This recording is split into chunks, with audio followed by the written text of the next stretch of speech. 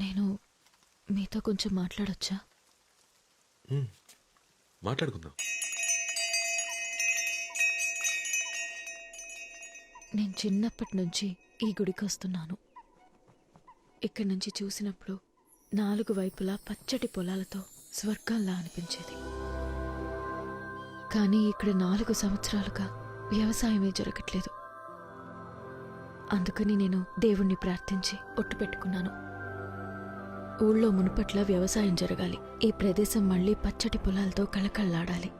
ఇక్కడ పండిన ధాన్యంతో నా పెళ్లి భోజనం పెట్టాలి. ఓకే అండి.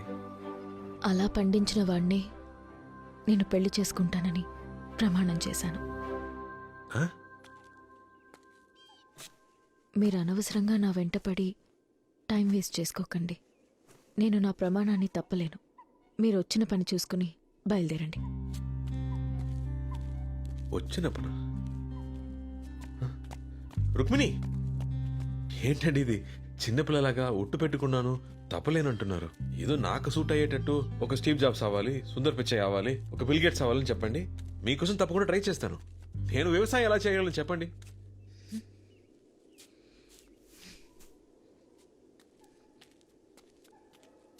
మీ అందరికీ వ్యవసాయం అంటే లోకువైపోయింది కదూ. నువ్వు చెప్పావే బిల్ గేట్స్, స్టీవ్ జాబ్స్ అని. వాళ్ళకి నీకు కలిపే ఇక్కడొక రైతు తన పిల్లల్ని కూడా పస్తులు పెట్టి వ్యవసాయం చేస్తున్నాడు. కాలికి మట్టంటకుండా, పైన ఎండ పడకుండా ఎంత డబ్బైనా ఇచ్చి తినే తిండిని, తాగే నీటిని కొనుక్కోవచ్చనుకునే మీలాంటి వాళ్ళకి వ్యవసాయం చేసే వాళ్ళ విలువేం తెలుస్తుంది?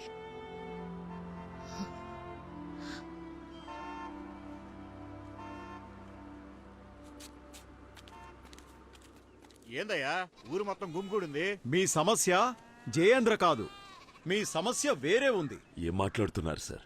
మీకు తెలియకుండా మీ గ్రామాన్ని అడ్డు పెట్టుకుని పెద్ద వ్యాపారం జరుగుతోంది. వాళ్ళకు కావలసింది మీ పొలం కాదు, అందులో ఉన్న ఖనిజం, ఇనుము.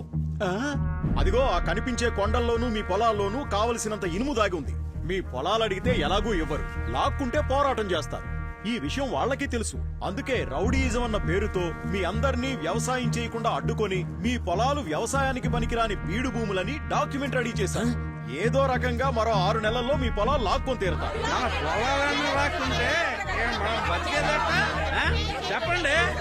నేను ముందే చెప్పాను, వాళ్ళు ఇచ్చిన డబ్బులు తీసుకుంటే పోయేది. ఇప్పుడు ఉత్త చేతులు లాక్కుంటూ కూర్చోవాలి. ప్రతి దానికి అపశకును మాటలే. తిండి పెట్టిన భూమిని అమ్ముకోవడం తల్లి నమ్ముకున్నట్టే. మోహన్ చూడు ఎప్పుడు మొట్టమొదటి నా ఓర్పుని పరీక్షిస్తున్నావు. ఇప్పుడు మీ అందరికి వేరే దారే ఉంది. ఉంది, ఒకే ఒక్క దారుంది. వాళ్ళెలా అయితే మీ పొలాలు వ్యవసాయానికి పనికిరావు, బీడు భూములని నిరూపించాలనుకున్నారో అదే విధంగా మీరు కూడా మీ పొలాలన్నీ వ్యవసాయ భూములే అని, అందులో అన్నీ పండుతాయని నిరూపించుకోండి. అందుకని మీరు వెంటనే మడిలోకి దిగి మీ పొలాల్లో పంటని పండించాలి. అది కూడా ఇంకో 6 నెలల్లోపే. మీరు పోరాటం చేసినా మీ పొలాలు మీకు దక్కవు, కోర్టుకెళ్లినా కేసు నిలబడదు. నేను కూడా ఒక రైతు బిడ్డనే, అందుకే మనసు చంపుకోలేక చెప్తున్నాను. నా ప్రాణం పోయినా పర్లేదని ఈ విషయం చెప్పడానికి వచ్చాను. మీ పొలాలను మీరు కాపాడుకోండి. అదోయా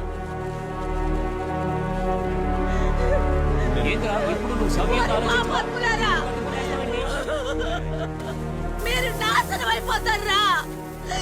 మమ్మల్ని బతకనివ్వరా? నా పిల్లలు పోయారు, మా ఆయన పోయారు, ఇప్పుడు ఈ భూమి పోయేలా ఉందిరా. ఇప్పుడు నీకు సంతోషంగా ఉందా? ఏంటయ్యా కళ్ళప్పగించి చూస్తున్నావు? అయ్యా వీరభద్ర, ఇంకా ఆలోచిస్తున్నావేంటయ్యా? బిడ్డని పోగొట్టుకున్నా ఈ తల్లి ఏడుపు నీ చెవిన పడలేదా? రావయ్యా, వచ్చి ఈ నేలని ప్రజల్ని కాపాడయ్యా. ఆ యదవల్ని నరికి పారేయ్యా. మా గోడు వినవయ్యా.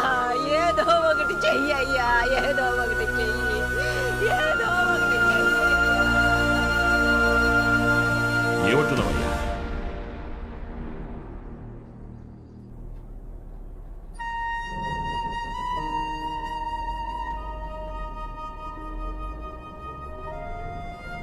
ఏంటయ్యా కళ్ళప్పగించి చూస్తున్నావు? నువ్వు మా కోసమే వచ్చావంట కదా మామయ్య. వచ్చి ఈ నేలని ప్రజల్ని కాపాడయ్యా. ఆ యదవల్ని నరికి పారేయ్యా. బాయ్ ఏంటి బాయ్? రేయ్, నువ్వు సుల్తాన్తోనేగా ఉన్నావు? సుల్తాన్తోనే ఉన్నాను. ఈ రోజు సాయంత్రం వరకు సుల్తాన్ మార్కెట్ వైపుకి రాకుండా చూసుకో. ఎందుకు బాయ్? బస్సు మార్కెట్ దగ్గరికి వస్తుంది. ఎవరో మార్కెట్కి వస్తున్నారా? బాయ్ నేను రెడీగా అన్నా రెడీ అన్నా.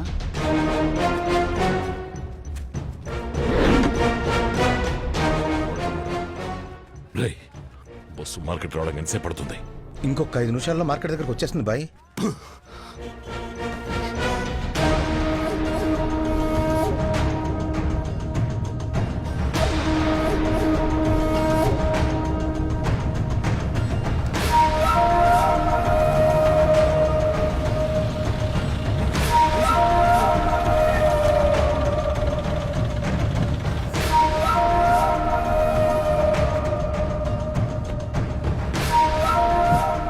రాయ్, ఎవరనేది చెప్పేంత వరకు ఒక్కడిని వదలొద్దు.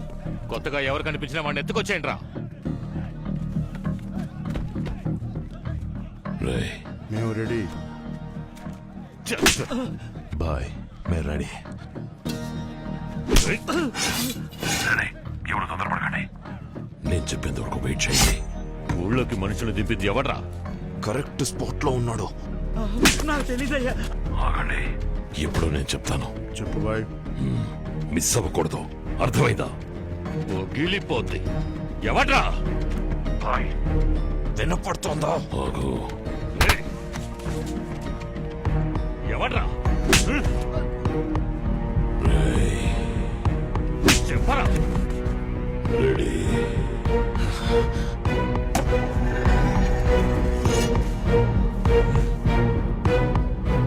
2 నిమిషాలే మీకు టైం ఇస్తున్నా. వాడు మిస్ అవ్వకూడదు. ఇక దిగ. ఆగండి ఆగండి ఆగండి. ఇప్పుడు కాదు ఆగండి. బస్సు వెళ్ళిపోలేము.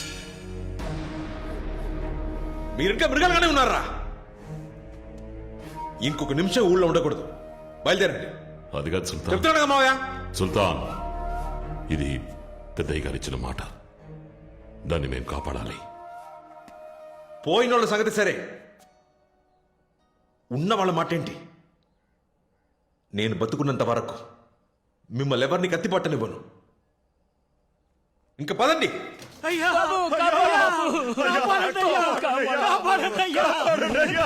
వాళ్ళు ఊరిని వల్లగాడు చేసేస్తున్నారు.